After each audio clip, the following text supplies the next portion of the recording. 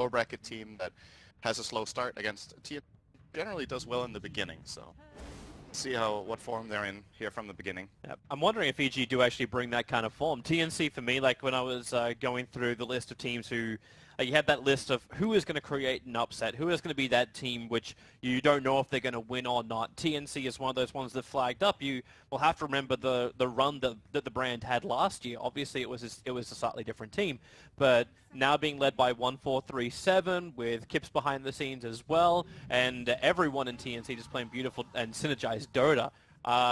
They are definitely up there as one of those teams. I'm not surprised that Blitz would back them to really give EG a run for their money. Yeah. I do believe this is 4 out of the 5 same player T team, isn't it? 3. The only one you changed was Jimmy? Was it? That's what I can't remember if Tim's was playing in the iteration last year or if Tim's is new as well compared to 1 year ago. But I'm pretty sure Cuckoo, Raven, and Ansem H were definitely on the TA6 team. We'll double check it and get back to you. Yeah, we'll double check it. Well. So anyway, let's talk a little bit about the picks now. So yes. We're a little bit into the draft now. Not too surprising as far as bans go. This is the type of bans that you will generally see against a team.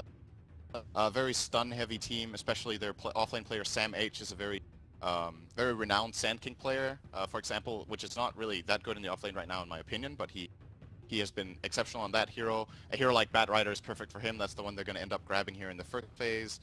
And as far as EG goes, you generally don't want to give them IO.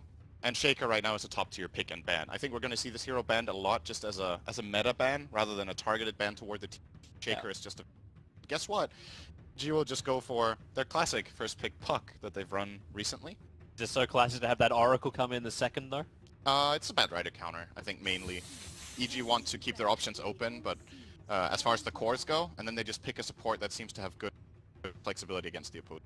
Picking that into Bad Rider is nice. The problem for Oracle, however, is that this hero is very positioning dependent, and you can be caught out by both Bat Rider and Night Stalker. They're going to be playing at a vision deficit almost guaranteed when you look at this draft. So that's something EG kind of have to solve, either by getting scouting heroes such as a Lycan type hero, find heroes, or having a lineup that is so, how to put it, that I don't want to say death ball, but that it's very grouped up together, so it's much harder for Bat Rider to find picks. Well, the death ball may actually be the way to go. Like when you talk about Oracle pickups, normally you talk about the hero he's going to work with. Like, is it just meant to be saving the Bat Rider, or is he meant to enable the other possible hero? This could be a Universe Puck. Do we look at other options now for Samael to run in that mid lane? There's a couple of key heroes I think that you need to keep in mind when Oracle is picked. One of them is Huskar. He's gone. Fourth ban from TNC. Good choice. Oracle generally makes me think of heroes, that regenerate somehow, so you get a lot out of False Promise. A hero like Alchemist could still be an option for it. Is. There were some people actually tossing Alchemist around, wondering if he would actually appear in this tournament. You're always going to see Alchemist in big tournaments. That's always going to be.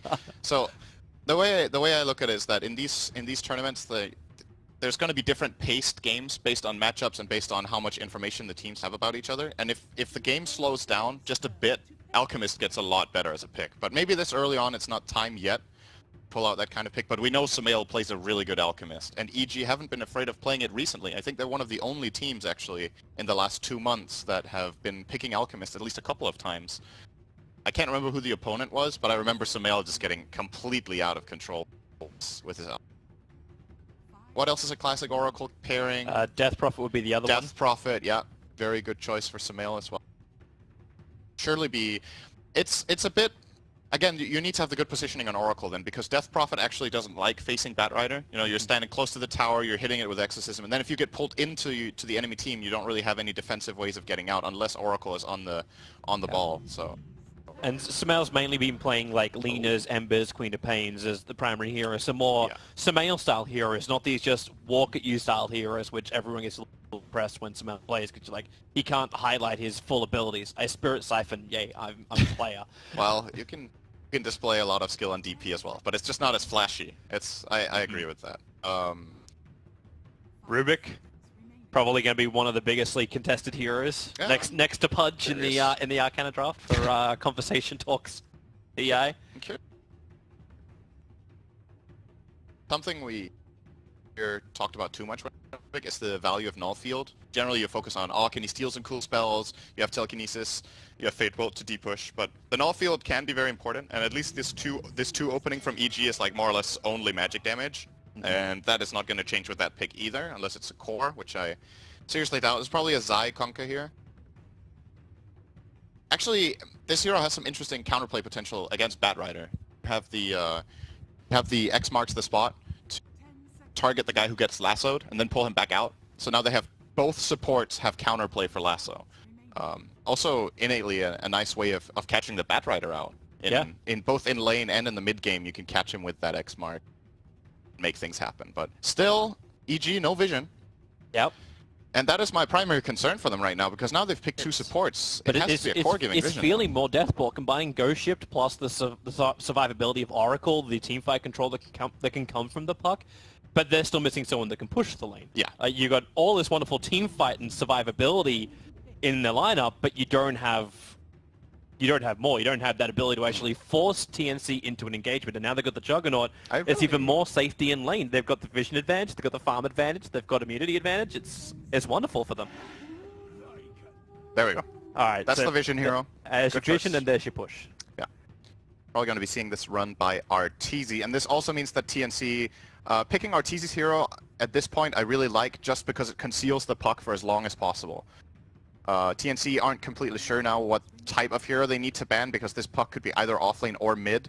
If they would have picked the mid hero for Sumail, such as an Alchemist, then TNC know for sure that they can last ban a carry that they don't want to pair up with that Oracle. There's plenty of options here, the way I see it for EGS, not at least. They're going to go ahead and ban the Beastmaster, so a vision hero being taken out here that Universe could have run. Would have also been very nice for their pushing aspect with the Inner Beast aura, and of course Primal Roar is a nice way of dealing with the type of hero that Juggernaut is. A BKB piercing or Magic Immunity piercing stun is very powerful against Jugger. Would have been a lot safer as well than running something like the Universe Enigma offlane, which would give you your push and your teamfight control, but fares poorly against the Roop. Just because he can turn it around on him. I could definitely see Enigma being a choice here. It doesn't sound too bad. I somehow have a feeling that this puck might be run offlane just because of the support duo he's facing. Rubik and Nightstalker are actually not that good at killing puck until nighttime. Especially when the carry in the lane is a Juggernaut. You know, their only stun is Telekinesis, which is pretty short, and then they have Void. Until Nightstalker hits level 2, if he skills Silence level 2 as Nightstalker support, which is pretty uncommon, because then you reach nighttime, and then are you actually gonna have Hunter in the night when night begins? Unless he does that. Puck fares pretty well here in that offlane, I think. It's not too bad. He should do pretty well, like with the Lycan buff up as well. That should give him a lot more to function with. For sure. You just got to have the selfless, safe laning Arteezy. Oh, that's actually a very good point as well that we didn't mention. They picked Lycan into Nightstalker. That's a classic counter pick in this patch where, there's going to be a lot of nighttime, so now we pick the hero that has that empowers the entire team during the night. And it actually went through all the way to 4th pick. I don't think TNC were thinking about this hero, because a lot of other teams are banning Lycan after they pick the NS. They might have thought Veno was a bigger threat, but Veno would have caused a lot of problems for the Batrider. Yes. More than anything else. And so what is our last one? It's going to be the Faceless Void. So they go for Teamfight Lockdown. A little bit of trouble, though, doing damage into Chronosphere targets. Yeah, so when you pick Void with a melee core, one of two things needs to happen. Either the Chrono needs to be placed very well, so your melee hero can hit the targets in the Chrono on the edge, or you use Chrono as a control tool that the carry then plays around. The reason Lycan and Void actually don't have the worst synergy ever, you're thinking like, I Chrono someone, but Lycan can't hit. Lycan can hit everyone else, because he can really quickly maneuver around the Chronosphere or play the numbers game, where if 2 or 3 heroes are stunned, Lycan is very powerful in fights. He wins almost every single man fight just by virtue of being ridiculously strong at that phase in the game. And he can run down the supports. So if you Chrono the cores, then Lycan will get 1 or 2 kills during that Chrono. And the rest of the lineup killing the Chrono. So there's a lot of other heroes that deal damage in Chrono. Queen of Pain last. So she'll be heading towards the mid, and that ramps up the TNC and EG lineups. Queen of Pain, it gives them their burst damage, but is she really going to be able to win out against a puck? It's an old-fashioned matchup, the Queen of Pain versus a puck. It's different now than it used to be a year or 2 ago. This lane in my book is quite a bit puck favored. It used to be considered one of the true 50-50s almost. But I think in this patch the puck has maybe a 10% farm advantage in that lane if both players play very well. You win 60-40 maybe, and it's simply by puck has Puck has better damage and has better sustain in the lane by being able to dodge attacks with phase shift. You can counter out the Shadow Strike, and of course, your ability to push the wave is better than Queen's if it comes to that, so you have a higher chance of getting runes because you have 2 spells that can nuke out the wave and better mana economy in general. I don't know if this was the right choice picking this Queen of Pain. They're picking it into Kunkka, who's considered a decent counter. If X marks the spot to put back. She can get messed with quite a lot by time dilation. And Lycan is one of the few carries that can actually catch you after your blink. So I think EG have the tools here. I kind of favor them a bit as far as this draft goes. Because they solved the problems that they have. Yeah. Oh, I'm still interested to see how TNC set the pace of this game. You talked about TNC playing a fast game against EG. Their lineup will allow for that. If Queen of Pain's early rotations work out, if the Juggernaut finds himself useful with rotations, then maybe that's the question we should probably start asking. When do the cores really start causing problems for Evil Geniuses? When does the Juggernaut actually start his rotations? Where is his first impact he's looking for? Is it to go into the tier 1 tower up on the top lane? Is it meant to be to rotate to the bottom lane and try and shut down Arteezy? How does TNC keep EG on the back foot? I think their lineup is very, very momentum based, so it's very fitting, right? I don't want to call it a hit or miss lineup, but it's one where if you don't get stuff done in the first 10 minutes, I feel like it falls flat a little bit. So they've put themselves, in that sense, a little bit on a clock to perform actions, but at the same time, their lineup is also really good at doing it. At night time, you have Night Stalker and Bat Rider playing together. The Rubik can rotate for ganks. You have 2 strong cores to gank for. The Bat Rider is a really good hero to gank for at night time. The Queen of Pain can definitely find kills with rotations. And then it just comes down to, okay, do TNC perform this early game well enough that they built the advantage they need? We talked about, I think it's fair to say EG's teamfight is just vastly superior. And their late game, I also like better, just because this is not the best Juggernaut late game, I think. Doesn't fare that great against Lycan, and especially not against Void. Hard lockdown is generally a very good way to go against Jugger, which might have been why TNC banned the Beastmaster. This also feels like one of those games too when like the Juggernaut is for once alone without the Magnus buff up, without that big burst flash farm that can come from him. Like when you look at the drafting and like just the item progression for him now, do you still want to try and go for that carry Juggernaut? And what is the progression? Do you go for the farming items? Do I dare mention the Battle Fury Juggernaut and piss off everybody in the world? I was thinking the same thing, if you should go farming oriented. But I don't think that's the way you farm with Jugger this patch. I think you go Mask of Madness, and then maybe you go into a Maelstrom. Like if you play very farm heavy, and then later on you can play that Mask of Madness. They're going to try and contest that top bounty room, pick him up, throw him away with a telekinesis. But then the focus target, it is going to be down towards the Rubik. 1437's on the run. Is there enough pressure from Sam H and Tims? There isn't in time to kill off Crit, but the sticky napalm is there, making it difficult for Crit to escape. One more punch from Tims will do the work. But Sam H is taking significant amount of damage. First blood goes the way of EG. And as far as the bounty rune goes, TNC did at least claim 3, so it's a small reward for the first blood that they lost. That first blood gold went to Crit, and then he died immediately after. So he actually didn't gain that much because he lost some of it. Yeah, that's a pretty even trade overall. Very curious to see how this mid lane plays out. I think this, Sumail is already starting to very good control. Help from Tims will be coming in. Sumail has successfully already created a double wave. This is a concept that we're going to be seeing a lot of this tournament. Since the mid lane was changed, so there's an extra creep, you can just dominate your opponent by pushing really hard and then having so many creeps under the tower that you can freely go and hit the opposing hero and limit his ability to get CS. Mel right here with this double wave. You see they have to yield immediately. There's just way too many creeps coming in, and realistically Cuckoo is going to lose a lot of creeps here. Sumail plays it right. He did not on that one. Or that one. But that one. Underneath the tower does make it hard. Made it a little bit harder for Cuckoo as well when he's fighting inside the trees, but Tims, this is the reason why he's here. This is the reason why Night Stalker is a fantastic pickup. And a blink forward! Sumail may be in trouble. Cuckoo's going deep, but a little bit too deep. Underneath the tower, he'll burn the salve, but so does Sumail. That's a good howl by Arteezy as well as a insurance policy there, but nice aggression coming out from Cuckoo there, seeing an opportunity to pounce on it. I think this is how you want to try to play against Sumail. If you get the chance in mid, you want to try to pressure him because else it goes the other way. Sumail is not that kind of passive mid player that'll just sit by and trade farm unless he has to with his hero matchup. So if this amount of pressure they're putting on the puck is very good for TNC here in the mids. Sumail has to play a bit passive now. He will get a second salve coming in, but they're successfully giving Cuckoo a good lane now this rotation. The question is what it costs, because obviously that means the Night Stalker can't help top or bottom. Well, Universe is having a really good time against this Juggernaut. Yeah, he's able to find a lot of levels. They were trying to do something about it, like the telekinesis grabbed into spin. That was after he time walked, so Universe did take considerable amounts of damage from that. Mid lane.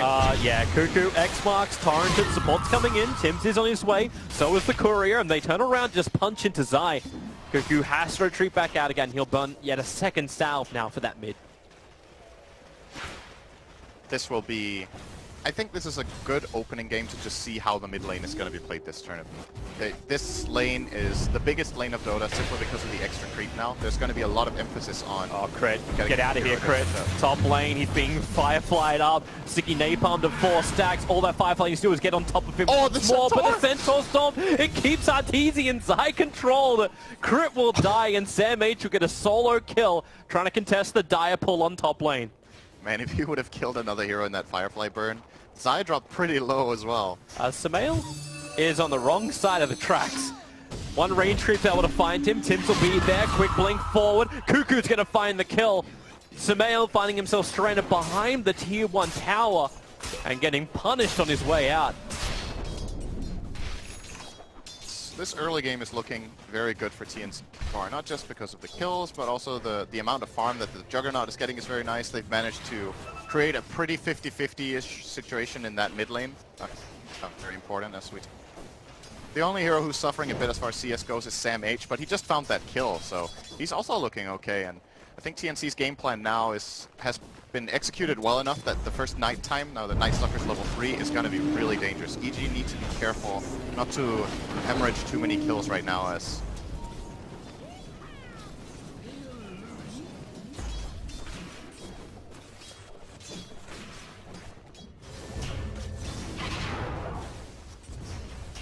So you've got at least that nice burst damage in the cripple, but what you don't have is the control. So Universe can time walk out. Puck will be able to illusionary or back out. And you've got different methods of escape available for Evil Genius' cause on the lanes. And then, of course, it's a Lycan. Yeah. You're not going to gank the Lycan. The silence point for Tims is going to be very valuable. It looks like he's actually prioritizing that as well. He's like sticking around in the bottom area, getting levels together with the Rubik. We don't that often see supports just playing together. Okay, now he's going to leave. He's waiting for a ward. This level 4 for NS would be very nice for Tim to get. He knows where Universe is now. Drake is going to try to mess with him a bit. Yep, okay. So he can ward, he can leech. But there's no gank, and EG, you asked them not to hemorrhage. At this point, they're hiding on the map from TNC. There are no options on the field for a gank to come in from Tims. And instead, Sumail's trying to get aggressive in mid. The torrent! He'll be able to connect, he's got blink, but doesn't have the time. The stun from Zai followed up perfectly. Now Sumail in trouble. Rotations from Tims as well as 1437. The telekinesis grind will hold him in position. So 1437 will find the kill. And while Queen of Pain is dead, the supports get the revenge. That was a really nice setup there from EG though, like kind of baited the Queen to nut. You don't really want to blink there against the puck, and then Zai with the nice torrent. But TNC just as quick on the counterplay as well, coming in with those 2 supports. And at the end of the day, it's a fairly even trade. TP's being used obviously does matter, but for a hero like, I actually don't think Night Stalker even TP'd. I think he just ran over there and read that that was the play that was coming in. 1437 assisted. Easily worth it for them. Are spawning. Top rune will to, I guess, Sumail. No, actually, Zai is just going to take that one. Go. Good torrent in mid. Will set up his X. Good harass coming out of Cooper here. Meanwhile, on bottom lane, they're trying to actually go onto the Faceless Void. I say trying, succeeding. Faceless Void will die underneath the tier 1 tower. So 1437's rotations on point. We're expecting that to come from him, but it's the fact that Tims is always there with him. The support combination of TNC rotation, you know, it actually feels very reminiscent of LGD International when 1437 used to play for them. Like that quick movement, the two of them just move together, and you just find the kills. Yeah, Zai's trapped between the tower. 1437's come in. And the Observer Ward sees all. The Tyrant will be able to connect on 3, but Zai can't get out of here. Cuckoo, Sonic Wave commits. Sumail jumps over the top. They'll have to trigger off the Shrine. Sumail cannot battle against that level of regeneration. He does get the silence off, but Void is still there. Sumail will get punished, trying to find the kill on the Queen of Pain. Even Raven TP'd in to help out in that one. And TNC now 7-2 on the board, 7 minutes in. Very minor gold lead though. This isn't that bad for EG's lineup, as we talked about earlier. Oh, Universe is dead as well. I mean, it's starting to hurt a bit, Yeah. but I think it's expectable that EG's lineup will fall a little bit behind on kills early on. It's about, do the right heroes get the gold? Are they getting their key items? I think the most worrying thing for EG is that Sumail's game is going the way it is. He has 3 deaths, barely out farming the Queen of Pain here in terms of CS. Okay, actually like 10 ahead now. On net worth, they're fairly even when Puck definitely wants to be ahead. They're on the hunt. Oh. They're coming in for Cuckoo. With the smoke gank maneuver, Zai can't get in range. They just came off the back of killing the Bat Rider on the top lane, so at least they're slowing down his initiation. That blue dagger that Sam H is desperately trying to reach. Find crit now. Who finds who though? I think Sam H is in a lot of trouble. He's gonna die here, more than likely. Yeah, you've already got that little hit coming in from the Fortune Zen. Torrent to follow up. Can't TP out this one anymore. And even with the Firefly, he's burning Zai down a fair chunk, but it doesn't matter when Arteezy can move over and Zai does find the kill on that Bat Rider once more. This is very interesting. We've not really been looking too much at Lycan so far, but Arteezy is going for Necronomicon, and this build on Lycan has completely fallen out of favor as of late. We've mainly seen Lycans go for more of a combat-heavy build with just damage rather than this split-pushing approach or the mana burn, obviously, that Necronomicon gives. Most Lycans would be going for a build along the lines of Mask of Madness and Armlet, and then into a BKB. But wonder what makes him favor the Necro book here, if it's if there's a specific reason he wants that mana burn, or that it is just the game plan. All right, guys, we're going to try to split a bit more here. This is not what I was expecting. If they feel like in this game. If they feel like they need to have more power in the team fights, Necro will provide that. You get a little bit more push out of your lineup, and I suppose you get 2 more minions to give you your vision. Mid lane, Sumail. Yeah, real issues. Cuckoo going down underneath the tier 1 tower. 1437 and Sam H are nearby, and Sumail now. He's got an orb available, Metallic pieces to pick up. They're trying to stack him up as high as possible before they battle this, but Sumail trying to go against everybody. Starts his TP, Sam H was moving away. Sumail will survive! Understanding no more stuns, no more control, and no more ways to kill him in time. You really need to be on your A game when you're playing against Lycan when it comes to these moments. It's very deceptive sometimes what you think you can get away with and what you actually can. And I would say in general, the team that has the Lycan will have that little bit of extra advantage. Even if both teams are thinking about it, they obviously choose when to use that Howl. And it definitely gave Sumail a little bit of an edge in that fight. Nobody died after the Queen, but you could tell TNC were like hesitating, can we kill him, can we not? And then the Howl comes in, and then you get to play it safe after. Got out. And Cuckoo's just wishing he could pop Sumail at the moment. The fact that he was able to just get the Shadow Strike off, the Scream as well. Sumail doesn't have his Shrine available for another 190 seconds. An eternity for a Puck who has to now burn all of his bottle charges. Meanwhile, everyone else gets to back to their farm. This is going to be an attempt mid, I think. He's going to pop Darkness into silence. Perfect Scream, Sonic Wave, and Sumail gets obliterated. Zai tried to help out. His Torrent was in a good position. He just wasn't ready for an Invis Tims. I think they might have not got the Howl off in time either. He died really fast. Tims didn't even cast the Darkness before silencing. He just put the silence in the nuke on him instantly, and then they blew him up with the Sonic. So nice kill. TNC.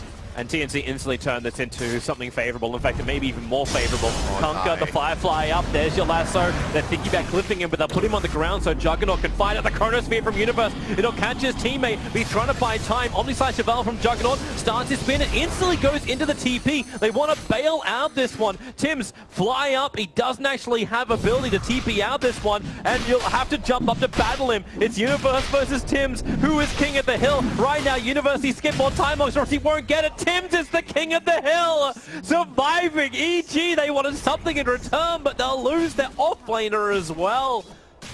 All they wanted to do was stop the tier 1 tower from dying. Well, they did that. Alright, suppose Sumail can now kill him. There's consolation prize. Sumail's able to get enough money to have his veil. Damn, that is such a high value. 600 gold. 11 minutes in for Sumail. Very good for him. But of course, yes, EG defended the tower, but they're going to lose a full tier 1 top because Arteezy rotated down and can't protect the lane. And this bottom tower is not long for life anyway, I think, for TNC. Their natural night time is kicking in 3 seconds. They know there's no Chronosphere for a full minute. And I think they're going to keep on the aggression. The question is if they're going to go bottom or focus more on the top area and try to get the tier 2. So far, so good. Taken 2 tier 1 towers.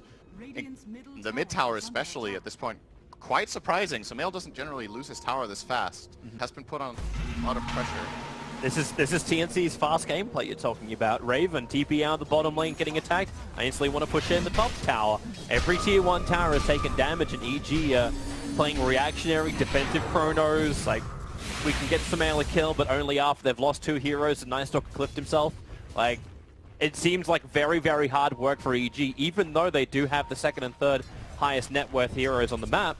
The Juggernaut is still getting further and further ahead of this Lycan, and we're not feeling the influence yet of Arteezy, but also isn't that something we're expecting? Like, when you go for a Necro build, you're not going to say, hey, I'm going to really get in the mix of the fight straight away.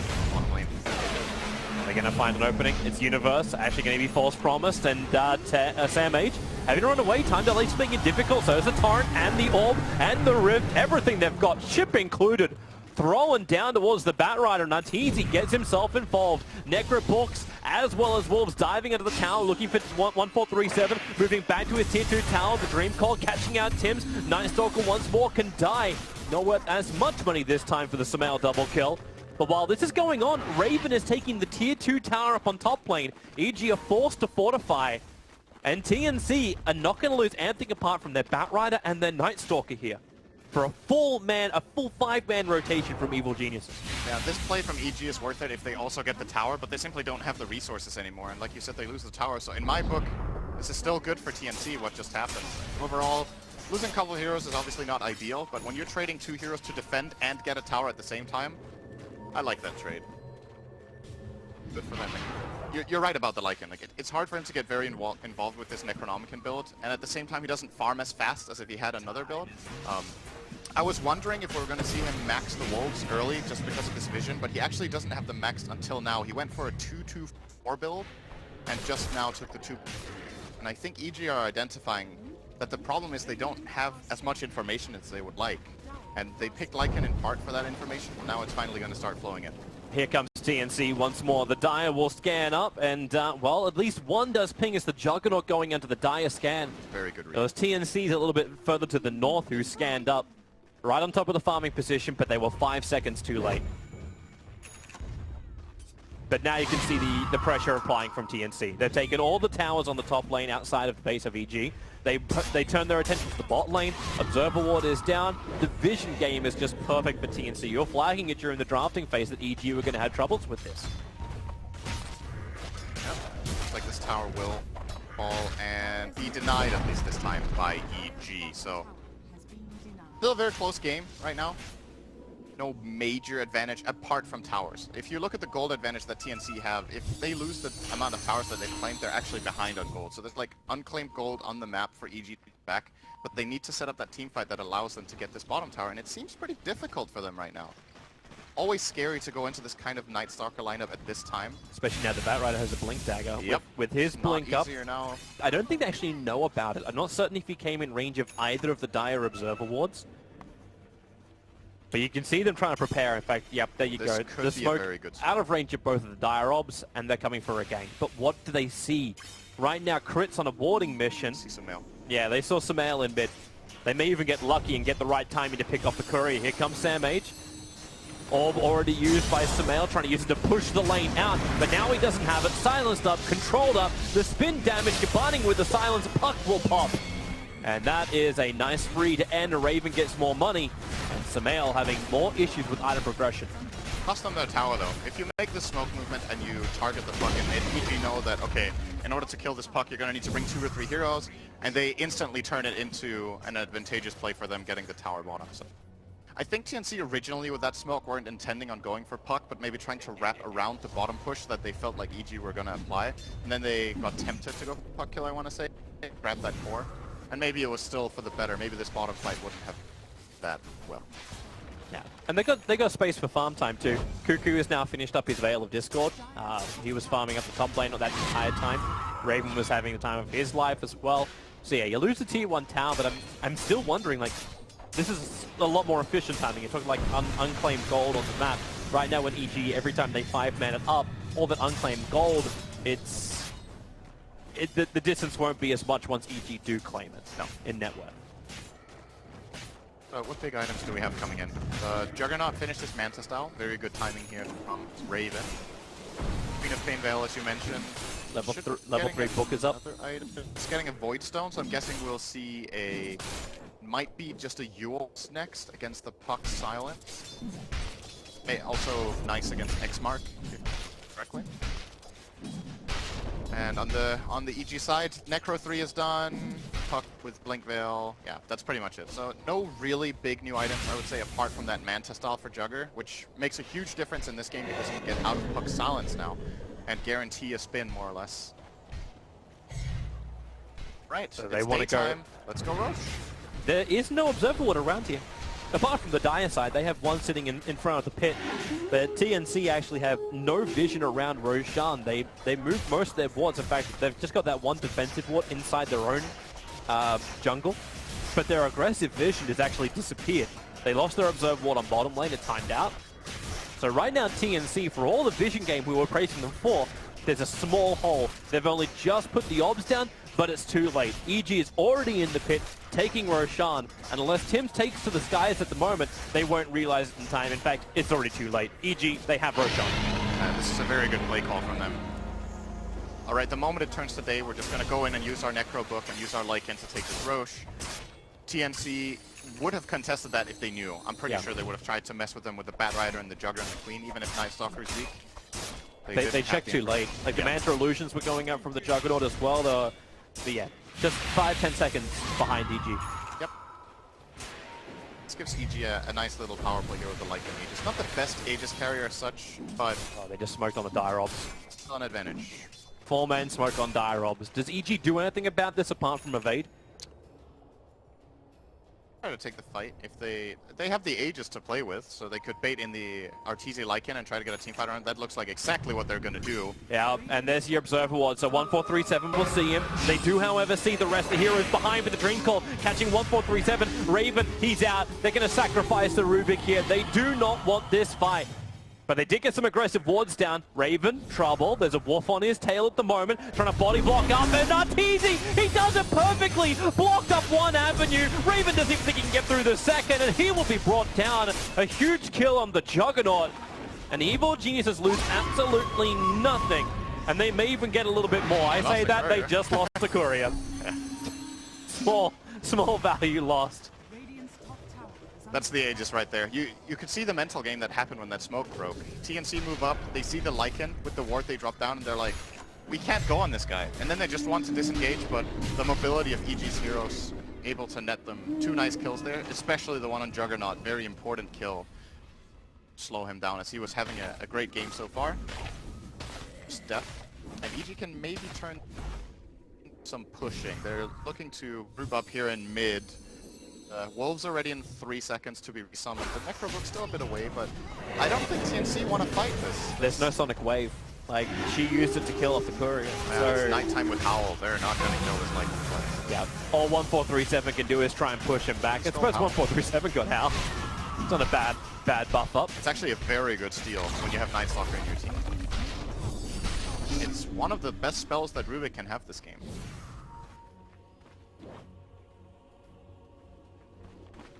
And right now, EG, they don't seem to be too dissuaded by the fact he's got it. They take the tier 1 tower in mid. They're rotating as a full group to bottom. And once again, TNC is doing this split kind of pressure. Back up towards top lane. Sandmate is up here. Trying to find that farm to get him towards his BKB. Queen of Pain still working on the Yule Scepter. 120 gold, 110 gold away now. And Raven will have to take up the mid. Still trying to work on his Maelstrom. But this is a lot of heroes to commit for a long time from EG. Is this bottom tier 2 tower really worth it? You send Sumail now up to the top lane to defend. Are they still okay with this trade-off when you've got the Aegis Immortal? Is it more of that we want to fight, so we're going to force them into it? I think it's more of a feeling of necessity that if they start splitting up, they're playing into TNC's lineup with this Bat Rider, Queen of Pain, Night Stalker that are innately a lot better at skirmishing than team fighting. So EG are just willing to sacrifice a little bit of farming efficiency to not give away kills, and at the end of the day should be probably getting this bottom tier 2 tower, or maybe not. Nah, they're pressuring Arteezy. They're only pressuring him though. There's no real attack because they know that's pointless, right? You go onto Arteezy, he's either got Aegis or he's going to get false promised. Yeah, he's not going to die. Yeah. So all you can do is just dissuade them, slow down the lane, continue to add pressure up on top lane, which is what Raven is doing. He's back in to pressuring that top lane to make EG wonder, like, what happens if we keep this going? A tier 2 for tier 3 tower damage? Is that worth it for them? Cuckoo amplifies up Arteezy once more, blinks away, starts to scream as Howl on Howl. There goes your Sonic Wave committal as well from Cuckoo. With a scream, you might be able to pick up at least a Necro Books. So they've lost their push, and it's Sumail on top lane chasing after Raven, who's already starting his spin TP out. So they hold their tier 2 tower on bottom lane TNC and do some chip damage to the tier 3 tower on top. I really like that Sonic Wave cast. I think most players wouldn't have gone for that, but he identified that if he casts all his spells in succession there, he kills off the Wolves and the Necro Book, and that's probably going to stop EG's... And it did, because they're pressuring top at the same time. That Sonic Wave might have looked like a waste, but it defended a tower and it forced TPs to pop, so... Play from Coop. Read on the situation. Pipe finish now on Night Stalker. Very nice item. This is a build you're going to be seeing more in this tournament. Night Stalkers used to go for Aghanim Scepter almost exclusively, but teams have identified now that it might be a bit of overkill on vision. Of course it's nice to have the vision, but you already have vision advantage just by it being nighttime, and then instead you can have a better team fighting impact. The problem with Axe is that you give vision and that's it. Now he's giving them team fight presence by being able to pipe up the team, having magic resistant aura, just contributing that way. You're generally going to see this build or Solar Crest. And he's doing both. Item, and sometimes even both, yeah. And very standard. Could have maybe considered a Halberd this game. There's two good targets, both the Lycan and the Void. Void right now doesn't matter too much. Yeah, I like this choice of items a lot. I think the Pipe Burst is the best choice. Judging by the speed of this game, TNC, the more towns they take, the more these fights continue, the more money they're going to get. They're looking for Raven. Universe going to Chronosphere him up. Sam H nearby. Blink Lasso just controlling on Sumail. Torres still doing his work. Raven into the Omni Slash. The Creep Wave soaks up a fair amount of the jumps, however, and Sumail keeping hot on his tail. So is Arteezy. You're severing him up, and when Raven hits the ground, torrented up, he will fall. Sam H also in a world of hurt, getting time locked over in the tree lines, trying to juke it out. He's lost his Firefly. He needs to blink away, but the urn, he jukes it! He went down into the small little corner on the left, moves down, can blink away. Actually, not even blinking, just goes for the raw TP out to safety. They will still lose the Juggernaut, but TNC, it could have been a lot worse for them. That was really nice damage to get out. The question is if this push was like this movement from TNC was likely to succeed. I think at this point they need to realize that these fights are not gonna go their way if they set them up like this. They need to get the jump. If the first engage in the fight was this, where they get the jump on the Juggernaut with a Chrono, it's really difficult for TNC to come back in the fight. And they did a lot of good countermeasures. Sam H jumped in on the puck and locked him down. They even stole Howl and used it with Rubik, I believe. But still, it wasn't enough. Universe. Hard to chase him when you've actually got that sticky napalm on him too. Tims needs to be careful with this gem. It's getting max rooted here. They're gonna chase him down. If Sumail finds him here, this is really big. He can't get close enough. Sam H is also playing guard duty.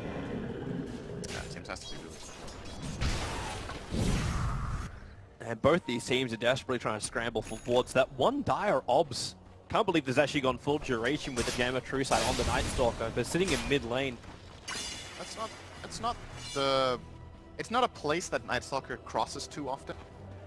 Generally going to be playing around the two sides of the map and inside the jungle to, you know, control bounty runes, try to find the aggressive wards on the hills and whatnot. So sometimes these quote-unquote obvious mid wards can actually work very well against a hero who is looking for the more, you know, intricate spots.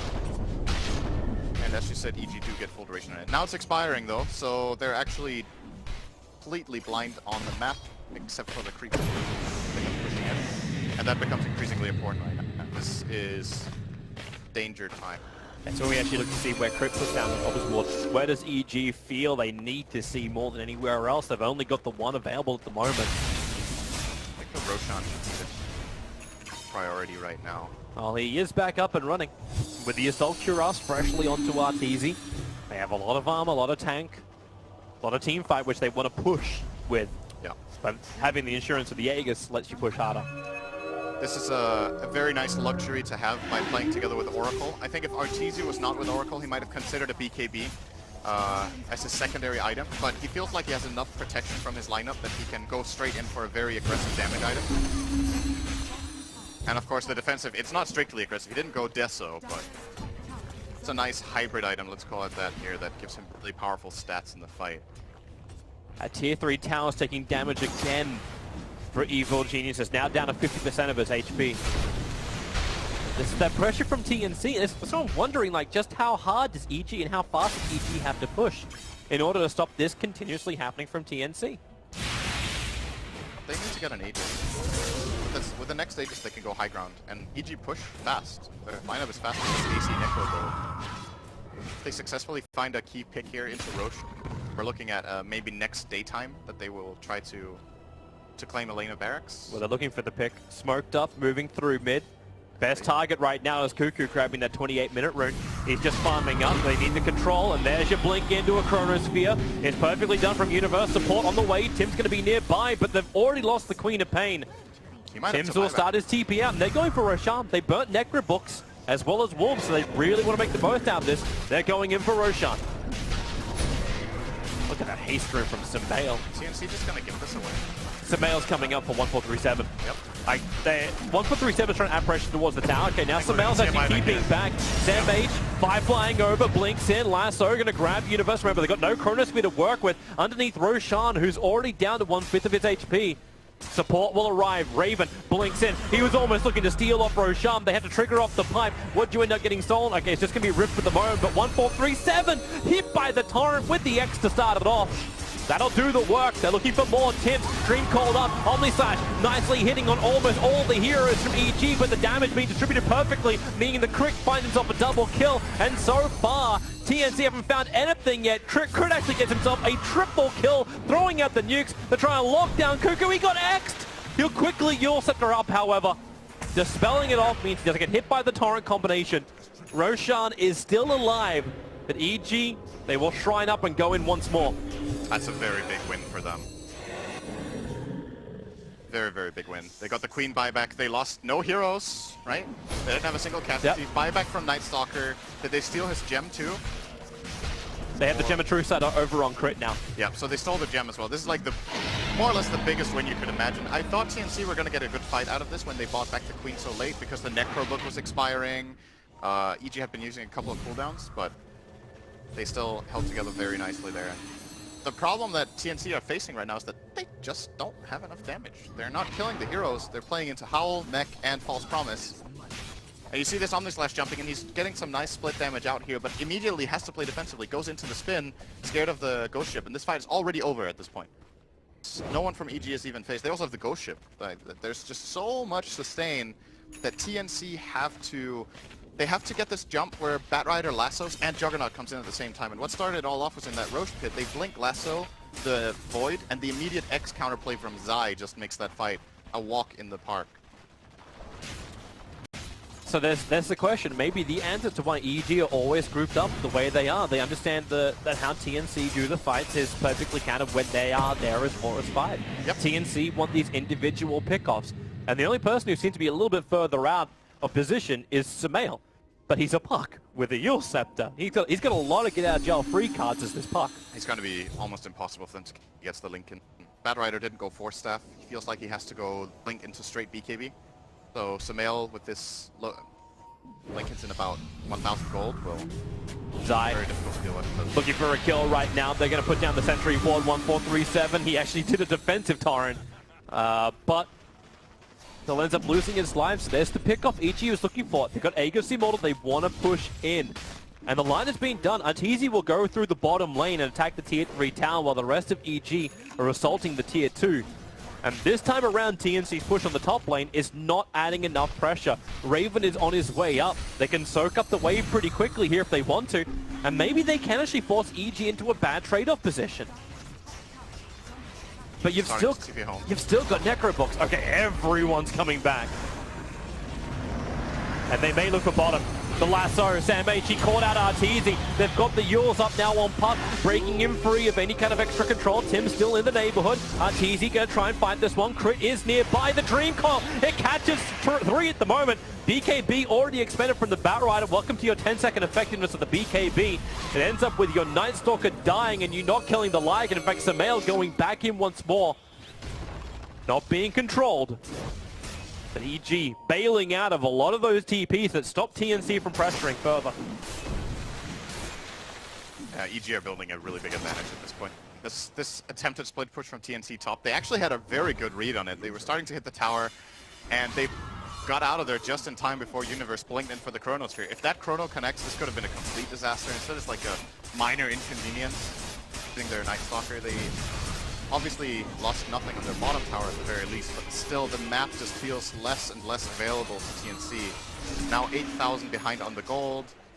The key items coming out now. Finally, there's a Shiva's Guard here in the Queen of Pain, but the problem is you just got this feeling that she's still going to be very hesitant to go in. There's just so much damage and control and sustainability in EG's lineup. She's trying to go on to Zai. X marks the spot. You still got the screen, the Sonic Wave available. Zai gonna let the ship fly, but you also have to protect the Queen of Pain, but cannot protect her from the Chronosphere. All damage. You got the Rift to follow up as well. Silence cannot blink away, and that is 86 seconds now without the Queen of Pain. And EG still itching for a push. They got the Aegis Immortal available for another minute and probably 20 seconds. So decent amount of time for EG to get the job done. This is a lane of barracks if TNC can't get anyone to TP home fast enough. Raven's going to try through the mid lane, but he needs to chew through an entire tier 2. And so do EG top, but they're a little bit faster than this Juggernaut, let's put it that way. So they're already going to reach the base now. 1 full minute to play with.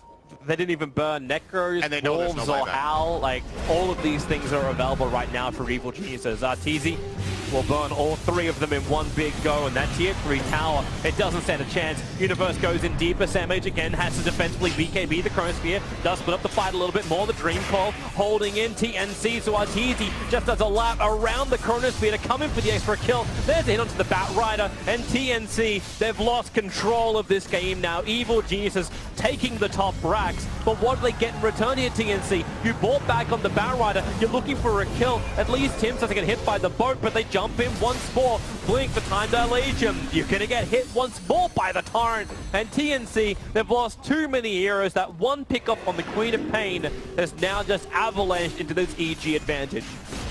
Yeah, they can probably claim Megas here. They didn't lose their Aegis or their Cheese, I believe, in that exchange. No, they still have both. Yep. Just gonna head straight down to bottom. And the key piece of information for EG here is that they know Queen. Oh, wait a second, they're gonna go in. Oh, this is really problematic. Maybe with the Omni Slash, Universe can time walk off so much of the damage. Zai will go down for the Batrider. He caused a lot of confusion. The issue is Raven. Manta break free of the silence. They still need to kill off Arteezy. He's in dog form. You'll set him up. Cuckoo wants more control. They got the screen. 1437. He's got nothing to really give. The blink forward. You can time walk into the Fable, reduce that damage, but Universe, now the cheese gets triggered, Samael's back into the fight. The Dream Call will control him. TNC will push in the envelope, but right now, EG are delivering the death letter to their families. TNC, they've lost 2 lanes of rags, and the 3rd will be pending in a couple of minutes when EG's ready to push once more.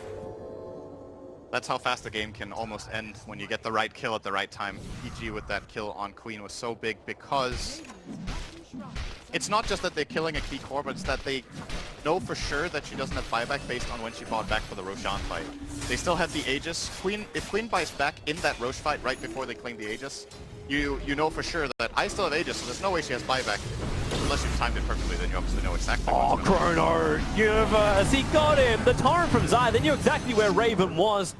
Just trying to relieve a little bit of the pressure by pushing out mid, and then the spin TP. Normally, you're pretty good as a Juggernaut to get out of that one, but TNC, they realize it's over. GG, they've lost their Juggernaut, they still have no Queen of Pain. And Evil Geniuses, thank you, Samael, for deleting all of your items and probably destroying everyone's fantasy points. Does that matter? I don't think it matters. I actually don't know. Either way, Evil Geniuses, a solid victory, even though TNC definitely showed their early game prowess.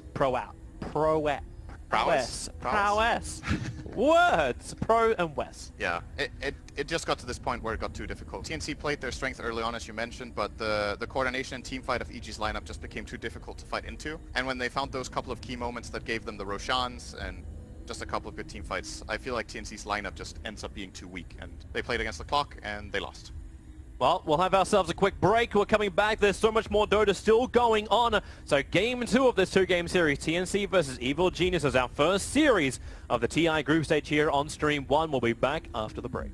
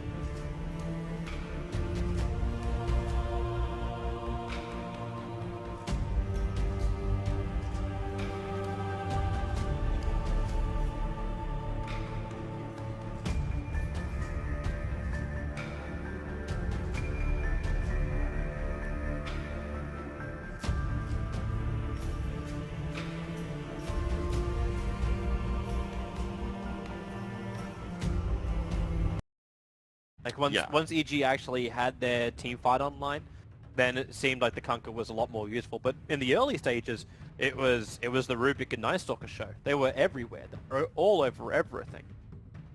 So yeah, I'm wondering if TNC give as much respect to that, or if they continue to try and play this fast-paced style of game.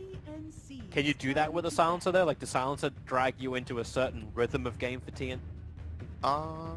You can compensate for his weakness. I mean, in a way, if it's going to be played by 1437, he was a Rubik last game, and I think yes, he helped with a couple of ganks early, but wasn't like very integral to the way they took fights and the way they ganked.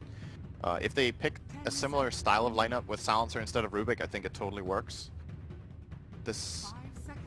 What EG, but they're actually targeting Tim's pretty damn hard on their bans.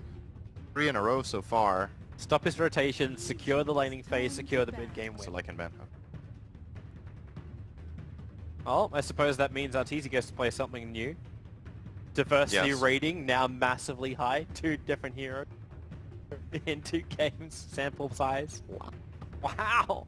It's great. Good for people who voted on Arteezy as most. Was that only team or was it player? Oh, you had a player as well. Player who plays the most different heroes. Yeah. Yeah. I don't think I picked Arteezy, and I think I'm going to be right in not picking. So far, he's going to be tied for first, okay? So far, he's tied for first, so... Yeah, I picked Samael. No! It could still be a universe. Puck. It could be. There's a TA ban again, very similar to last game. They did ban the Earth Spirit this time around, however, because Night Stalker was out. I can't remember what the third ban was of the last game from EG. Overall, you've got like the same feeling of flow in this draft. Minor adaptations, but no like big overhaul from either team so far. I think TNC won't go Jugger this game. It felt like in that last game that he just couldn't do what they wanted the hero to do. Maybe they can make it work now that they have the silencer. We'll see. Here comes the Sand King that EG banned in the first game. So this is plan C or D for TNC after all of Tim's heroes got banned. I like how you like it's plan C or D, but like you still like SK was meant to be one of the most contested heroes. Most people in their predictions had SK as the most picked hero. Coming into this tournament. I believe you're actually one of them. Yes, I did. A lot of people picked Shaker as the most picked hero. I think he's going to be banned too much though. So far, sample size for this series is that is the case. I'm guessing in 1 or 2 of the other games that are running right now there might have been a single Shaker pick, but the reason that hero is so powerful is its ability to play multiple lanes, multiple roles. Offlane, mid, and roaming is a possibility. Just controlling that offlane, making sure you get experience, being annoying, having great team fight, and a pretty good laner in one. Shaker actually has a lot of good matchups. Yeah, we're not going to be seeing that hero. He'll be banned as much as I. More or less. I think I had Night Stalker as my... That could happen. He's also going to get banned a lot though, I think. Yeah. But I mean, you can't ban everything. Now we already have like 3 or 4 heroes that will be banned every game. That's not really how it works. EG's going to approach this now with their Weaver pickup. Interesting. Okay, so this is not a very common time to pick Weaver, and I think EG are going Drow. And the reason for that is, if you pick Weaver here and it's a core hero, it's strange to pick it into this lineup that isn't actually particularly bad against Weaver. Lasso is pretty good, Sand King's Stun is more or less instant. Against the Weaver you want lockdown and burst damage. Global Silence is good. So if EG goes the route of playing a core Weaver here, it's nice in lane against Batrider, which frees up Oracle, but Oracle is not the kind of support that wants to rotate very much anyway. He kind of wants to play that safe lane and just pull and get levels. So maybe this is a Zai Weaver with Drow Aura, or they put it mid or off lane for either Sumail or Universe and grab the Drow fourth. It has to be something that TNC are thinking. Triple range for EG, classic stuff, and could be a Drow game. Yeah. The more and more you look at it, yeah. But this is what we're looking for, right? In most of the drafts, especially in day one of TI, when you're still uncertain how the meta's going to go, a draft which you just cannot read.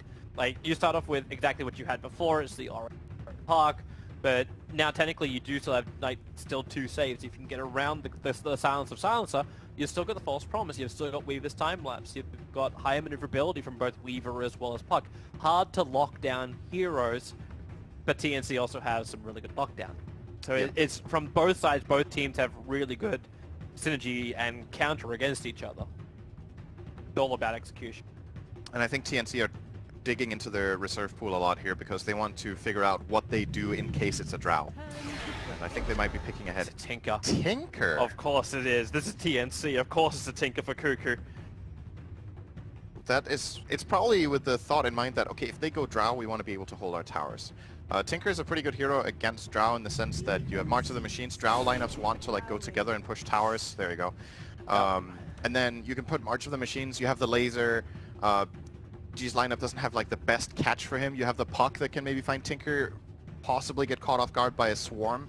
But apart from that, not the easiest kill. Now what TNC desperately need is some sort of physical damage because they have like zilch right now, and there has to be something that allows them to still get in on this Drow. I mean, it's one thing that you can stall it, but you need to kill Drow. You can't just let her stand there and be like, I'm just going to march with the machines for 3 minutes and they're not taking the tower. Not how it works.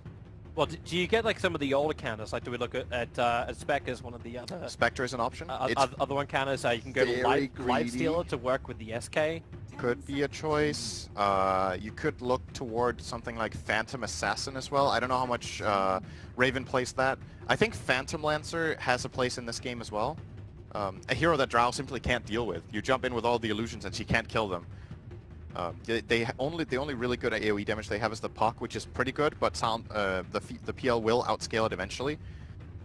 And it's a lot less greedy of a pick than Spectre in my book, where you have stronger laning presence, you are able to join fights more frequently and earlier. Haunt got nerfed really hard. There's actually a PL ban from EG, so they were expecting that and will last pick the Piranha for more than likely Sumail with this Drow aura.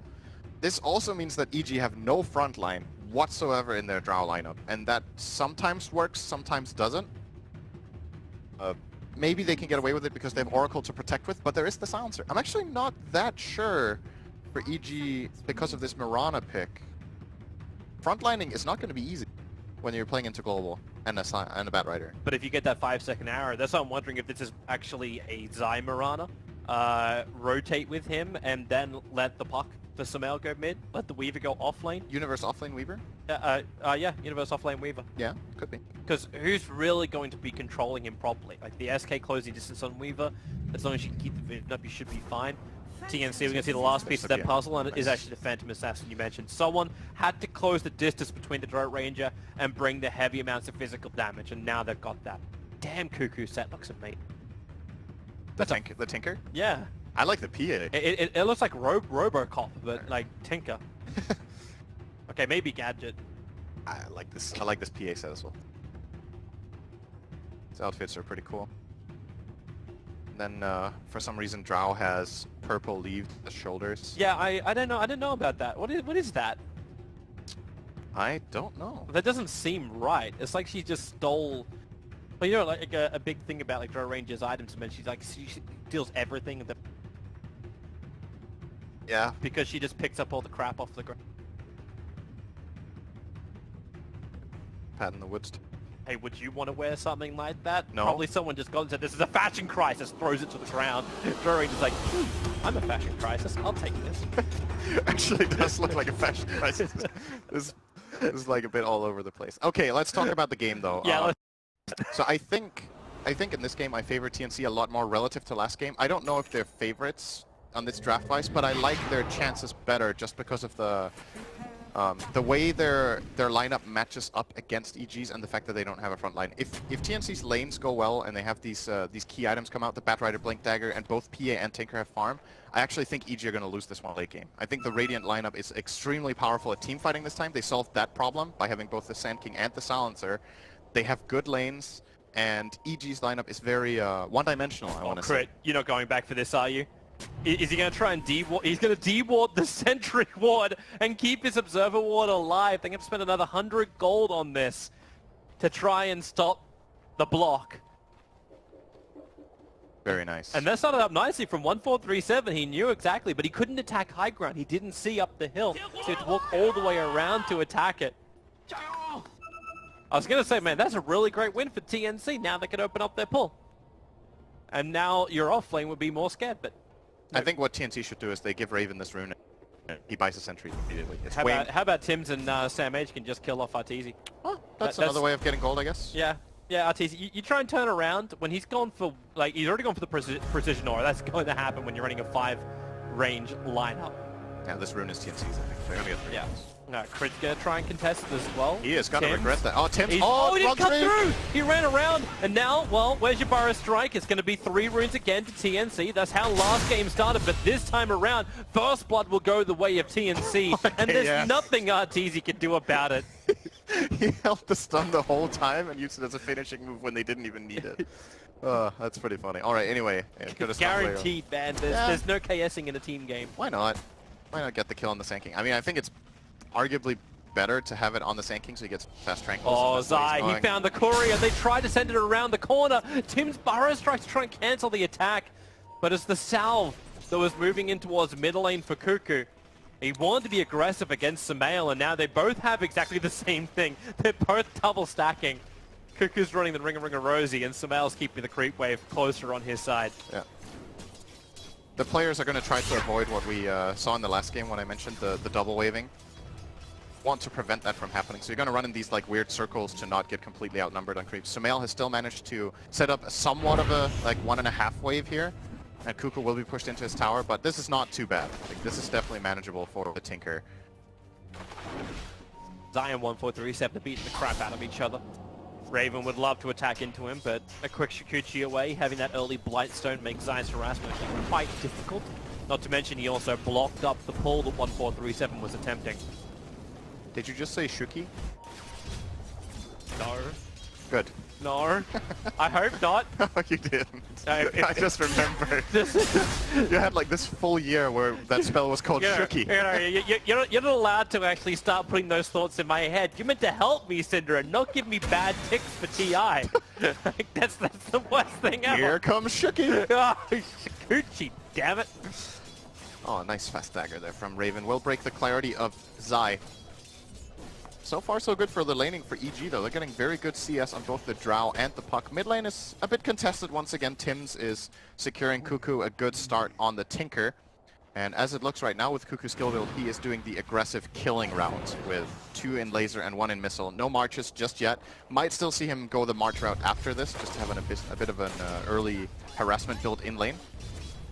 But it's very telling. His next skill points will be very telling for TNC's read on how to play this game, because I think both builds in this game are viable. One is, we think we're going to get pushed by Drow, I'm going to get March. And the other one is, we think we're going to be better at fighting than them early on, and we can just kill them before they take our towers if we max our nukes. I'm going to see what he chooses to go for. Top rune, crits. Yeah, crits on the run from Tims. Meanwhile, Samael as well as Zaya teaming up on Cuckoo, and they've got the damage. It's so much negative armor when you've got the Swarm plus the Blightstone. Swarm, Blightstone, Drow Aura, and Tinker has no defensive play except lasering a hero. That's a pretty big problem in this game when you have these 2 mobile ranged heroes for the Dire in the mid lane that like to just be able to at least get away somehow.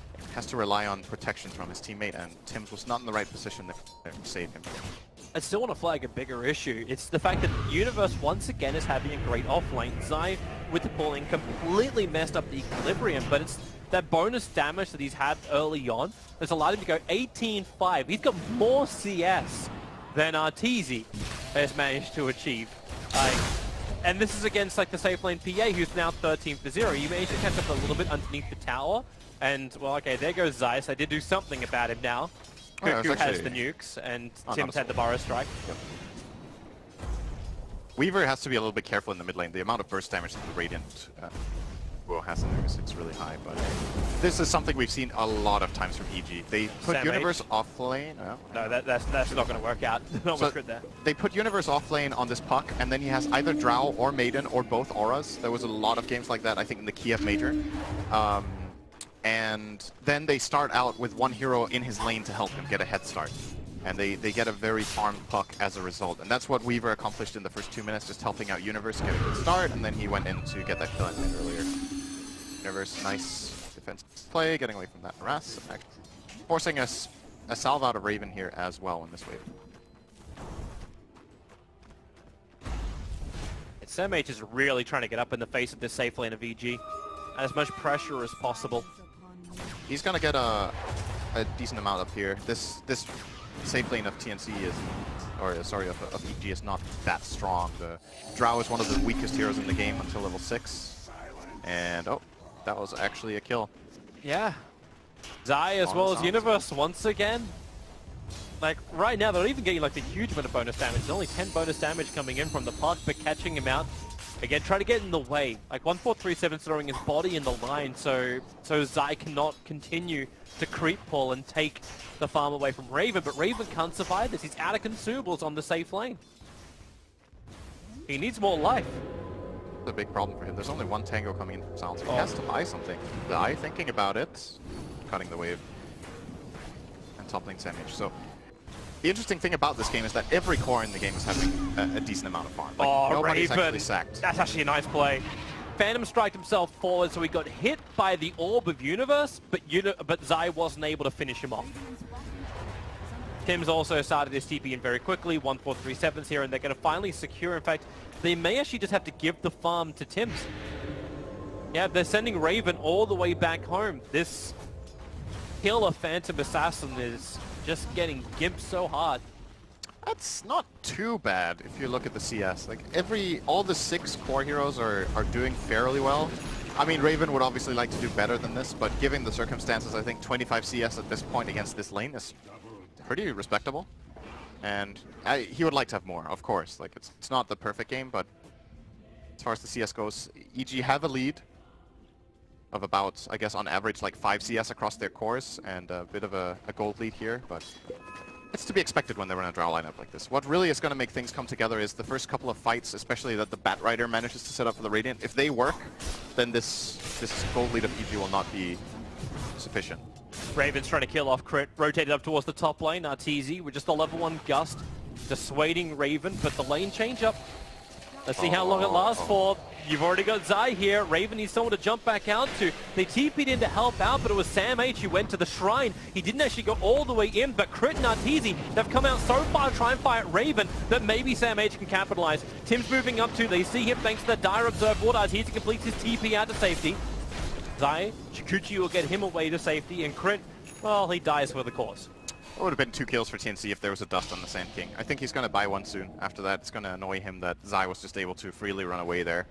Either him or SamH might see pick up a dust of appearance. Currently just flying out another healing salve for Raven. They have to give him something. Like, top lane is the best place for him. At least TNC could do, like with 1437 on the bottom lane, he can soak up some levels, do some harasser range against the park, but he knows he can't contest it. Not until Cuckoo has BTs. Then the dynamic of this game can change. Yeah, that's still going to take quite a while. Male in this mid lane having a good time. Generally, I would say this is a... Kuchi just got burned from the Weaver. They've got a 3-second window now to catch out Zai.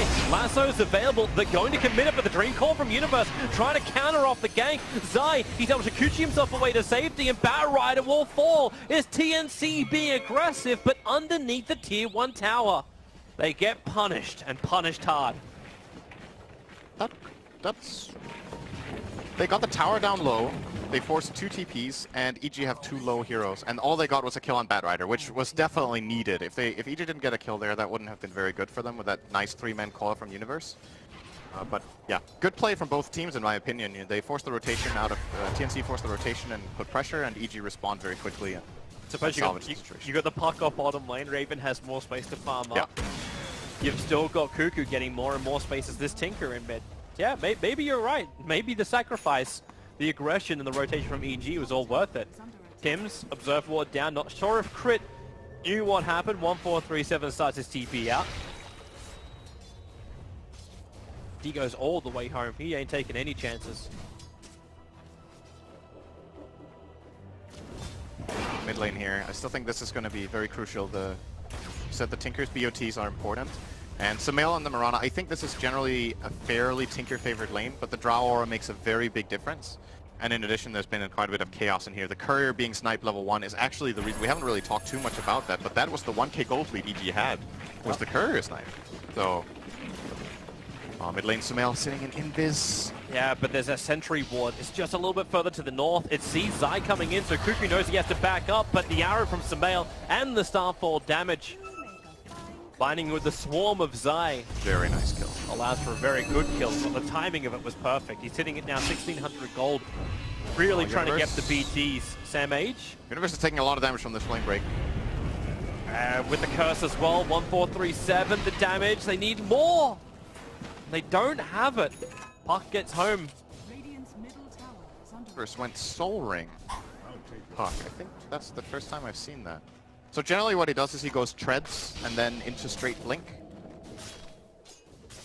Looks like he wants to solve some mana problems. We've seen Raindrop being the solution in the past. Raindrop +1 can often take you pretty far, but Soul Ring you definitely will not have those mana problems to push out waves. I don't think I've ever seen anyone do. Maybe it's been happening recently in games I haven't watched, but Soul Ring on Puck don't go hand in hand in my book. That's very... It does seem like an odd combination, especially when you have like the natural regeneration. It's basically got 5 a second. It makes a lot of sense. I play a lot of Puck myself, and often you find yourself without mana.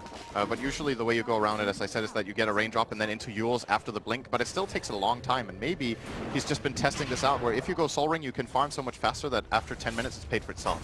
And then it's better than going for the blink. Perhaps. 1437. Just going to go for a quick curse over on side.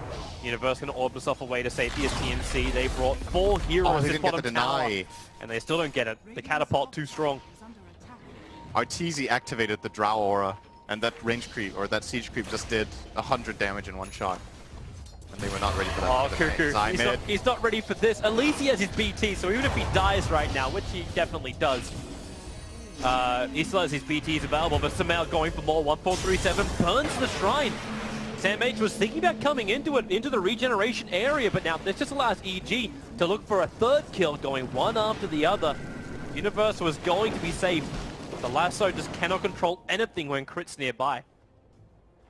And as I mentioned before this game started, if TNC get through the laning stage well, they're going to have a really good chance. This laning stage looked okay 5 minutes ago, but now it's starting to really hurt. They've lost 2 towers, they've lost multiple heroes. Top 3 on CS are EG's heroes, and EG are only going to get more and more key items now. So I think this laning stage didn't go well enough for TNC. That doesn't mean they can't come back and take some good fights here, but it's going to be a bit of a struggle. They might need to buy time, but I feel like with every minute they're going to get more and more out farmed and get picked off. So it is a bit of a tricky situation they've put themselves in here.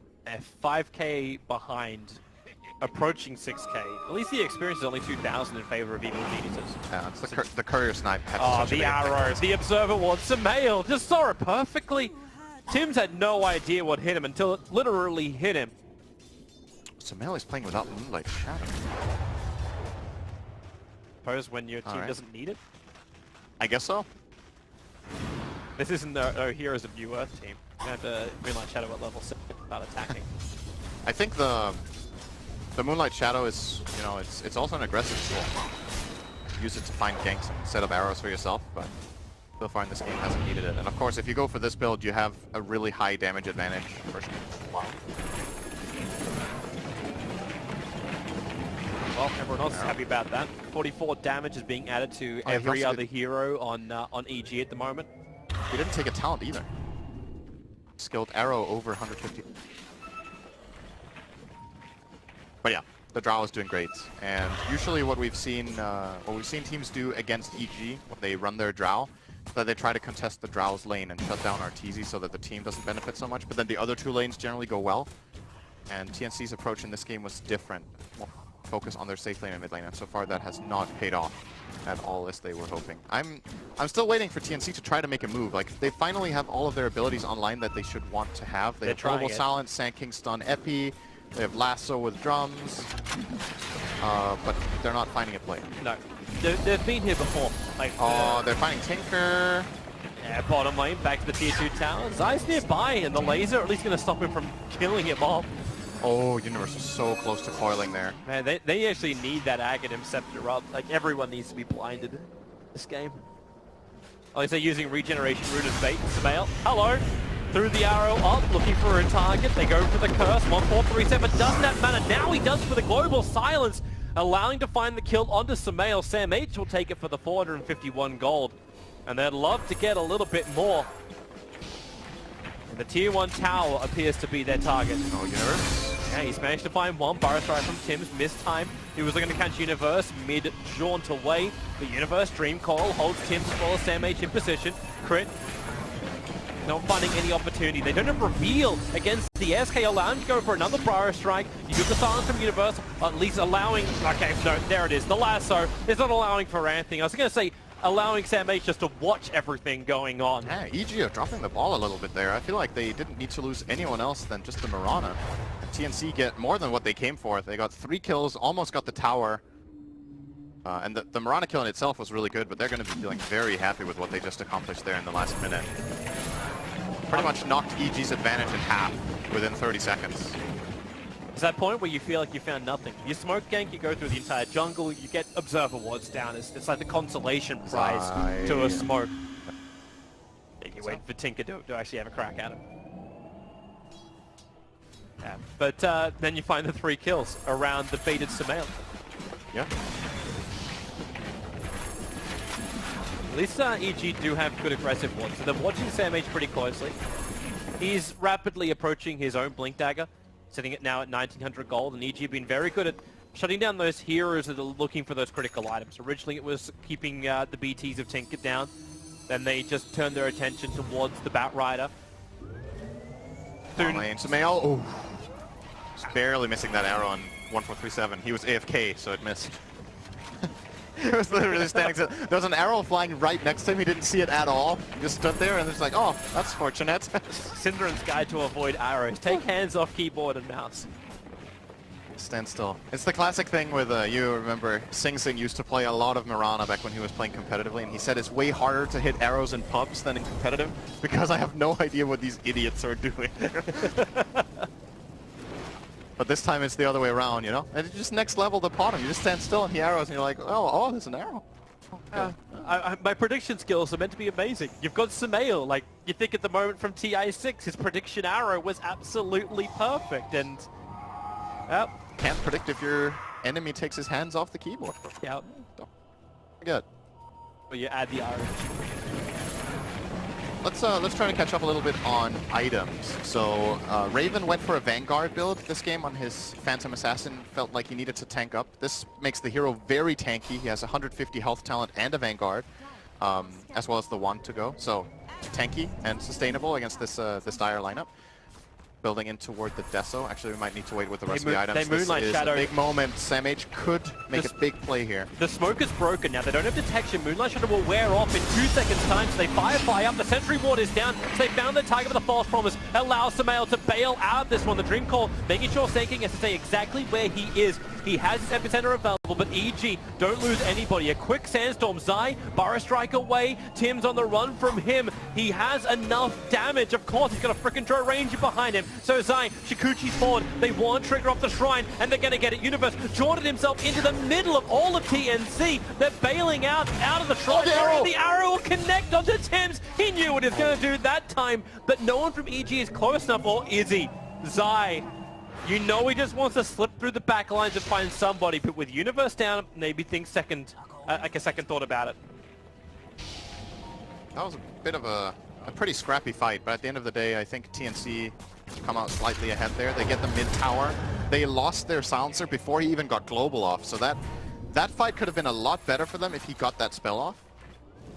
But EG still, you know, managed to at least get a kill on their way out. That Shadow Blade being put to use already as the Batrider Tims, the Burrow Strike. It'll save Sam H. He went down to 60 HP. The Global Silence combining with the Epicenter. They turn around onto Dro Ranger with the Flame Break. She'll burn from this, or will she? The damage to keep her alive. She'll stay alive. Okay. No, here comes another Sentry Ward. Cuckoo with his TP forward. Finds the kill onto Arteezy. Crit did everything humanly possible with no false promise. Toby, I think he's gonna die. Oh, it actually takes longer than I thought. Maybe he's fine. Man, get the bug off that 1437.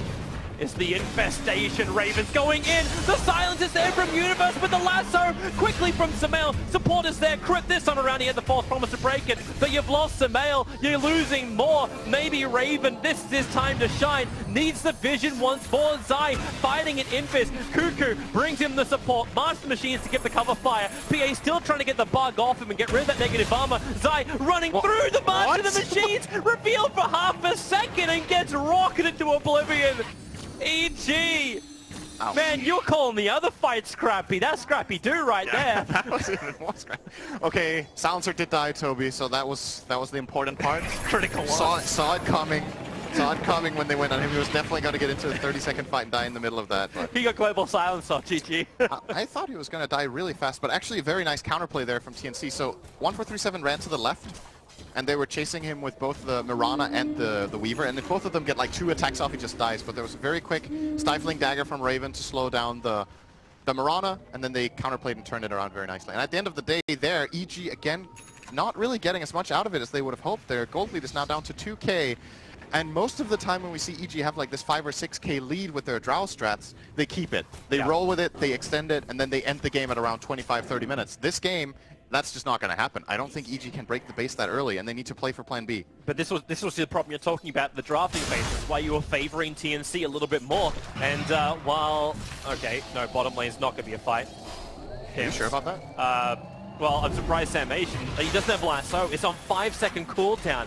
He doesn't want to fight into it. Oh, there's many EG heroes here. Yeah, Blink Dagger just arrived. Tim's run away, but no! Universe, not only will he get the kill, he'll take the courier with it. Blinking forward, finding the pick. Is that the Tinker Ward that set all of that up? I think it was the Tinker Ward. Yeah, that's not really what you put it for, but you know, nice. You'll take what you get. Yeah. But it's still the underlying problem you're talking about. The fact that EG just don't have that frontliner. Like Zai is sort of becoming it, but he's spending most of his time in Viz running around, trying to do the damage, but you don't have that big pop damage yet from EG. He needs to be so careful. There's no hero on the Dire that can just go in with confidence. And it's because of the Global Silence. If Global Silence wasn't in this game, I think EG would be playing very differently. But they can't just run in their Mirana, for example, and just try to go for a kill knowing that there's going to be a false promise. The moment you commit into a fight, you're committed, and you're not getting out again. Then you need to have the stronger firepower. I think it's going to have to mainly come from this Arteezy Drow that is closing in on Silver Edge, and then maybe start opening up on the PA. Take her out first. Good scan from the Radiant. They're reading this movement very well. And might be looking for a counterplay. Everything is ready on both sides for a fight. Samael, the leap forward, needs to hit the arrow with a Dream Coil. Okay, that's where you use your magical burst damage to find the kill. And that Tinker Ward has provided so much value. I think it just got pinged out by Sam H. He's like, you know what, guys? We just lost. Wait. Are they going to realize that Roshan's being done? Does PA have a look inside the pit? Roshan's so low. Raven's walking straight past it. Now Roshan gets triggered. He'll realize it. The Burrow Strike, it catches 2, including the Jakkuchiing Weaver. Arteezy is away. What a snipe, Support is there. Yeah, if there's one thing EG aren't lacking is physical damage. They can kill Roche pretty damn fast with a Crest, Swarm, and this Drow Ranger right-clicking. And Zai is going to be more than happy to die for the cause there. Do you like the Silver Edge from the Drow Ranger? Yeah, I do. It's strictly because of the PA, I think. And it's good enough, I think. Like, the Shadow Blade often provides the value that you need, but in this game the upgrade is valuable enough to go for it straight away, I think. It's going to give them a chance to kill that PA. As you talked about, they have the burst. They just need to be able to control him a little bit. Really good scan from EG. They scanned just north of Roshan, looking for the rotation from TNC, and they pinged on 2 heroes. Already understanding the Tinker was in the lane and the SK was hovering around because they did more. They backed up and hold near the tower where they had a little bit more reinforcements, babysitting Arteezy more than anything else. But now if EG want to attack, there is still that aggressive observer ward. Of course, Mr. Invisible Arteezy just walks straight underneath Raven, I don't... They see Tim's. Again, this is how Tim's died last time on the top lane. Hiding in the trees, thought he was fine, but the dire vision, the observer ward just sees when the SK is preparing his attack. They really want to fight this? TNC are sticking around. If Sumail shows on this bottom wave, they could go for a play. EG are splitting up now. They're pinging him out. This is a dead puck if they see it. Yeah, such a long way, but it is still a Yule Scepter on the puck. He just blinked. He orbed. He's dead if he Question is, can he fade shift in time? He's able to do so. Global silence. He's got the Yule Scepter available as well. Breaking free. Universe into the phase shift. Not only does he bait out the gank, he'll escape the gank, and global silence got burned for it. Bottom lane TPs are kicking in. Tims gets the Burrow Strike out, looking for the kill over on Zai. Rocket Supply forward. They saw which way Zai went. He went north. But there's no follow-up. In fact, Tims is going in into a different angle. It's to the Mirana. The Burrow Strike in. Arteezy. The epicenter is out. They dusted him up, so the reveal is on Arteezy. A gust creates a little bit of space, but not enough. Double sentries being planted down. They just... Yeah. Oh, they stopped the TP out from Tinker. That's really big. Cuckoo's got nothing left to fight with. 1437 can curse all he wants. Cuckoo kills himself on the edge of the Dream Call. The PA can do the work. Arteezy will fall. Both the sentries actually paying off. Now they turn their attention towards Zai. False Promise cannot protect him from the damage output that this PA can do. And they're looking for more. It's crit. Raven will have himself a double kill. Tims, the Burrow Strike, barely missing Universe. They could have been all dead. But EG will escape with Universe as the sole survivor of the EG war.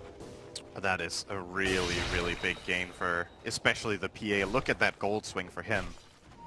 1,200 gold gained there for the PA, 800 for the Sand King, and in comparison, EG's heroes barely gaining anything. Just a little bit of gain for the puck, but TNC, this is getting scary now. I feel like TNC are leading the game, and you're looking at the gold and it's like slightly EG favorite, but the game plan is just not working out well enough. And that could have gone even worse for them. If Universe isn't there with that very clutch coil on the Tinker, I think they would have been destroyed that fight. It would have been 5 for 1, 5 for 2 maybe.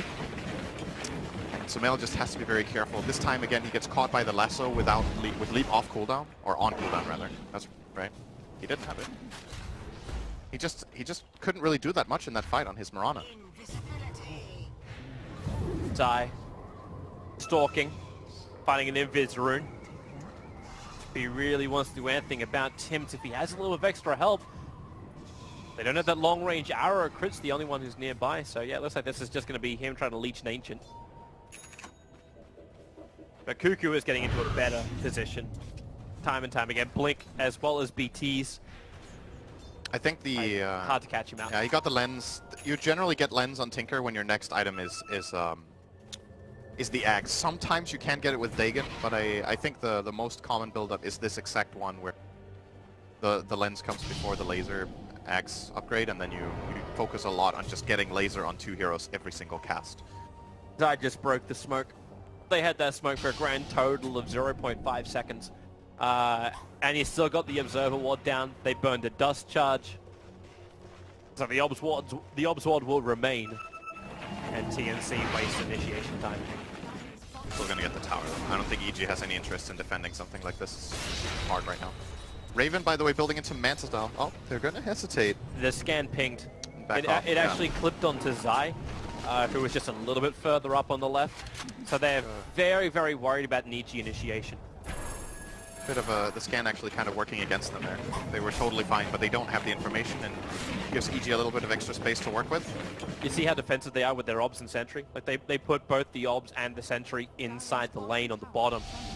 So they're looking towards the tier 1 tower, looking for Drow Ranger to come in with that Silver Edge and move in and just attack.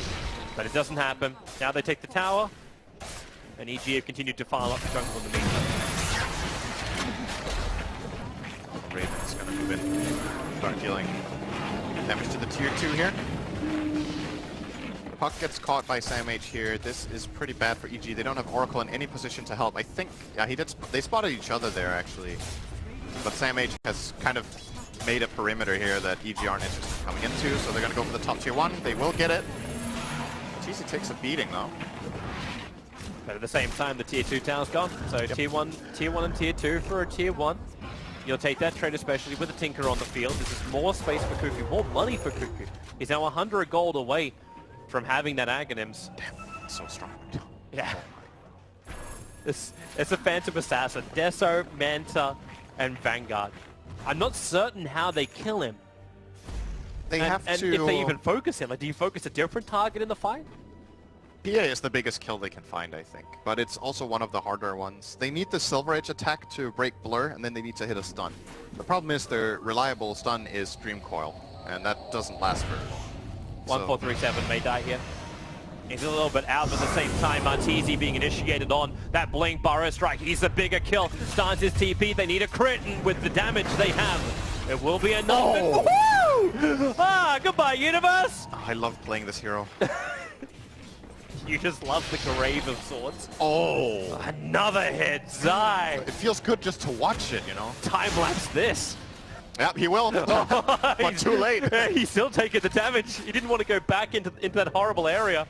If he waited half a second longer, he might have been able to kill off the courier. Alright, Raven, slow down. Don't crit on every attack, then you won't have it for the fight. Yeah, because he can control that. Just put down the lucky chance for a second. This is kind of funny. You look at Crit and he has 7 urns on the Oracle, but he just can't use them in the fight because heroes are getting bursted too fast. Like, he doesn't really get to heal people up. It's very uncharacteristic to see this many charges on an urn in a competitive game. It happens quite a lot in pub games where you're not watching your economy with it. Doesn't happen many of this urn. Maybe he's got to put on the Tinker every time he sees him. But yeah, that's pretty good, but he's never going to be in range. Yeah, the range is the issue. Phantom Assassin are going to be on the run and evade the attack from Zai. Alright, Roshan is up in about 10-15 seconds. Both teams can kill this very fast. PA, one of the best heroes at killing Roshan. He innately wants to go for minus armor, has the crit, has the evasion, so she can just solo it. Even with just this 10% lifesteal talent can easily solo out a Rosh here. And now EG, they need to make a move now. That Abyssal's so close for Raven. Like, they're actually going to have straight lockdown control now too. Got the bat. Yeah. This guy is going to kill everyone if they don't get him under control. There goes the arrow. They're inside of Roshan. The PA illusion's on its way into. They deal with it quickly, committing Rift as well as some decent abilities. He's already triggered off his aura. And Tim's, well, wait for the timing. Roshan is low. Stifling Dagger goes in. Rockets as well. Roshan killed by the dive. And the epicenter! TNT! Lacquering it on top of Evil Jesus. Arteezy. Chris trying to keep him alive. Maybe it was enough heal. We'll see if he does pop or not. He doesn't. He's back to full life. They have the buyback from the Weaver. They need to win this fight, but Raven, he's in the thick of it. Looking for the crit. Samage will fall. They'll lose a Gem of True Sight. The Burrow Strike creating a little bit more space here from Tim's. They need a little bit more here, TNC. They haven't done it just yet. 1437 will fall. Is there buybacks? You've still got Tim's as well as Raven. This two-man Basher army killing off Evil Geniuses. Raven with the ultra kill. And Evil Geniuses committing heavily into that. Yeah, they bought back both the... What's that? It was just Weaver. So they bought back the Weaver, but they dive 5 heroes. Who even got the Aegis in that mess? I honestly, like... Aegis was on Sumail, and he died again. The cheese is... also used. Cheese was consumed. It might have been Arteezy who had it. He got healed to full. Cheese was consumed by Arteezy. Yeah. But in spite of that, so they had Aegis, Cheese, and a buyback, and they lost the fight. That's pretty bad. But of course, like the positioning EG are in to take that Roche is a huge gamble play. I think it was the right choice to try to go for it. But if they get caught like that, 3 or 4-man laser twice, epicenter, 3-man burrow, you're just not winning that fight. But they kind of had to do something. They felt like the game was slipping away. Are they going to force this? The Burrow Strike! The Sentry Ward was down. They saw him, and with the fresh Abyssal Blade in the front lines, Zai is gone. That's a dive back for him, and Cuckoo's looking for more. Crit has to false promise himself, allowing them to lasso Universe, bringing him down. And the bottom racks, it was Evil Geniuses that helped TNC fall apart. Now the shoe is most definitely on the other foot. And they get another Blink Burrow. Crit will fall. Arteezy trying to be the cannon under the tier 4 towers. They will actually bring down Sam H. The PA into the back lines. The laser, the rockets, the bash. Arteezy will fall. And EG will lose a second lane of racks guaranteed. The question is, how much longer do they stick in this game? Do they believe they still have what it takes? The draw lineup has failed. Yeah, it's pretty much failed at this point. I mean, it's still possible. I don't think they should GG out. There is a chance of getting a fight, but they win. And the reason, I think the chance that they have is still that PA doesn't have a BKB. He might buy one now, or he might just go even harder on the damage. So they can kill Raven with the right combination where everything just clicks. Like you hit a good arrow, you get Silver Edge off, and everyone bursts him. It is really, really hard though. And I don't think they're going to win the fight if they don't kill Raven first. I think he's just going to slowly kill everyone together with the Tinker. But there's no way they can do it though. This Manta style was actually a really key pickup. He used it in that last fight at the Roche Pit to remove Fate's Edict. One of the good counterplays EG have to this PN, it just doesn't exist. When he gets disarmed, he just breaks it and kills the Oracle right away, because Oracle has to expose himself to even get that spell off. And he can get punished really, really hard by Raven. And TNC, very well executed game in my opinion here. This is not easy to play. Like when you're playing against a Drow lineup and you're this far behind this early, it's difficult. But they found the two fights that they needed, put themselves in a great position, and now it looks like Raven, no BKB planned. He's going to go for the butterfly once he gets that. Yeah. How do you kill this guy? You don't. It's just that simple. Evil Geniuses can wish, hope, pray that he just goes in solo and away from everyone else from TNC, but they can't control. They don't have that wonderful chronosphere that Universe could bring in game 1. Instead, it's Tim's being the aggressor. Tim's Bara Strike catching out 2-3 heroes every time. He's only now just looking to build up his Aghanim Scepter. He's been hitting absolutely everything. I think he's done more control than we've seen from Sam H. Sam H is almost like that little distraction birdie, the red flag to the bull kind of thing. Go and attack this. Go and try and control this. Trick, you commit your false promise to control that. It's actually true. Like you can't. He's level 15 on Batrider, and the Sand King's level 21. You can't false promise 3 heroes in a line stuff. No. And now you got the BKB at least for Arteezy. He has this, but it's got no way to give distance. Like there's no like. Also keeping in mind, like he went for the Shadow Blade, the Silver Edge, to try and counter against the Phantom Assassin. He never was able to get his Hurricane Pike. He never was able to get that repositioning item, which you kind of need to have for Drow Ranger in the fight. Yeah, it's a fair point that he could have gone for a Force Staff after that Shadow Blade, or maybe even before, and then finished the Silver Edge. Oh, here they come. Hurt him. Moonlight Shadow, they're right on top of TNC. How do they do it? The Global Silence 1437, cancelling them off. Zaya's low. Does he have a way out this one? Will he survive long enough? The epicenter. BKB at least protects Arteezy for the moment, but Cuckoo into the trees, spamming out the damage, and Raven crits against Samael. Look at the damage! They can't even hit him! They're trying and trying, but the blind are hitting the very, very visible. EG will lose 4 and the game. TNC will get a 1-1 result by taking game 2 in this first series of TI7.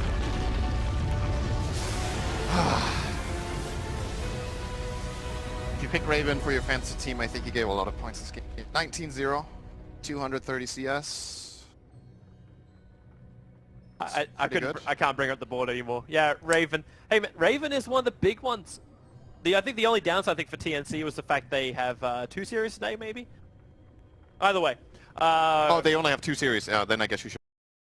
That's something we should never forget. The classic lower bracket team that has a slow start against TNC generally does well in the beginning. So see what form they're in here from the beginning. Yep. I'm wondering if EG do actually bring that kind of form. TNC for me, like when I was going through the list of teams who, you had that list of who is going to create an upset, who is going to be that team which you don't know if they're going to win or not. TNC is one of those ones that flagged up. You will have to remember the run that the brand had last year. Obviously it was a slightly different team, but now being led by 1437 with Kips behind the scenes as well, and everyone in TNC just playing beautiful and synergized Dota.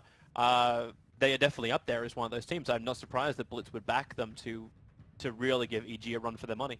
Yeah. I do believe this is 4 out of the 5 same player team, isn't it? 3. The only one you changed was Jimmy? Was it? That's what I can't remember if Tim's was playing in the iteration last year, or if Tim's is new as well compared to 1 year ago. But I'm pretty sure Cuckoo, Raven, and Ansem H were definitely on the TI6 team. We'll double check it and get back to you. Yeah, we'll double check it. Well. So anyway, let's talk a little bit about the picks now. So Yes. we're a little bit into the draft now. Not too surprising as far as bans go. This is the type of bans that you will generally see against a team. A very stun-heavy team, especially their offlane player Sam H is a very renowned Sand King player, for example, which is not really that good in the offlane right now in my opinion, but he has been exceptional on that hero. A hero like Bat Rider is perfect for him. That's the one they're going to end up grabbing here in the first phase. And as far as EG goes, you generally don't want to give them IO. And Shaker right now is a top tier pick and ban. I think we're going to see this hero banned a lot just as a meta ban rather than a targeted ban toward the team. Shaker is just a... Guess what? G will just go for their classic first pick Puck that they've run recently. Just so classic to have that Oracle come in the second though. It's a bad rider counter, I think mainly. EG want to keep their options open, but as far as the cores go, and then they just pick a support that seems to have good flexibility against the opponent. Picking that into Bad Rider is nice. The problem for Oracle, however, is that this hero is very